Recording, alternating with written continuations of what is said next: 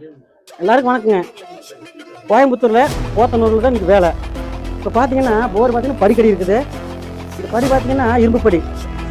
இந்த படி வந்து சார் எடுக்கலாம்னாரு, எடுக்க மாட்டாங்க. போர் பாருங்க எவ்வளோ இடத்துல இருக்குது பாருங்க.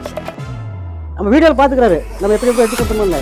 இந்த போரை டெம்பரவரி படி இது வேணும் எடுக்கலாம், நான் எடுக்க மாட்டேன்ட்டு. இந்த மாதிரி படிக்கடியெல்லாம் எத்தனையோ போர் எடுத்துக்கிறேன். அது நம்ம வீடியோவில் பார்த்தாரு. பார்த்துட்டு நைட் சார் ஃபிக்ஸ் பண்ணாரு.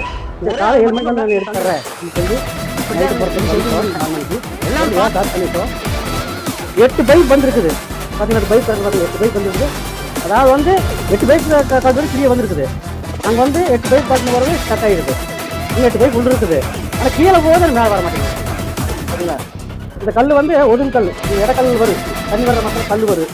இந்த கல் வந்து விட மாட்டேங்குது மேலே மோட்டரை. பார்த்தீங்கன்னா வண்டி அங்கே நிற்குது, இங்கே நிறுத்த முடியாது. அந்த பொருள் அங்கேயும் தான் கொண்டு வரணும். 30 அடி பிடிச்சிருக்குது. இப்போ அதை ரிலீஸ் பண்ணி கொண்டு வந்துக்கிறோம். பார்த்தீங்களா எவ்வளோ இடத்துல பாருங்க. பாரு போர் எங்கே இருக்குது பார்த்தீங்களா? பாருங்க மோட்டர் மேலே வந்துட்டுக்குது. பாருங்க இந்த இடத்துல தான் நாங்கள் அந்த மோட்டர் எடுத்துக்கிறோம். மோட்டர் பிடிக்க வேண்டியது இருக்குது. போர் அவ்வளோ இடைஞ்சல்.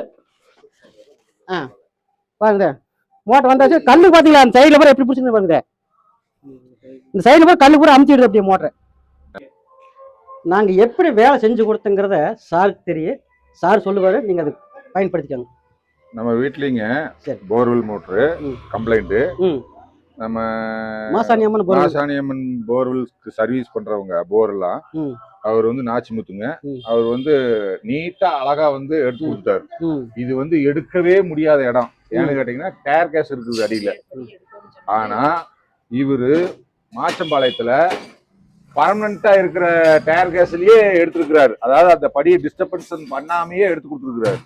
அதை பார்த்து தான் நான் இவரை கூப்பிட்டு இந்த மாதிரி எடுத்து கொடுக்கணுங்க அப்படின்னு சொன்னேன். காலையில் நான் வந்து எடுத்து கொடுக்குறேங்கன்னாரு. வந்தாரு, இப்பவே எடுத்து கொடுத்துட்டாரு. நல்ல ஒரு வேலைக்காரரு, எனக்கு பிடிச்சது.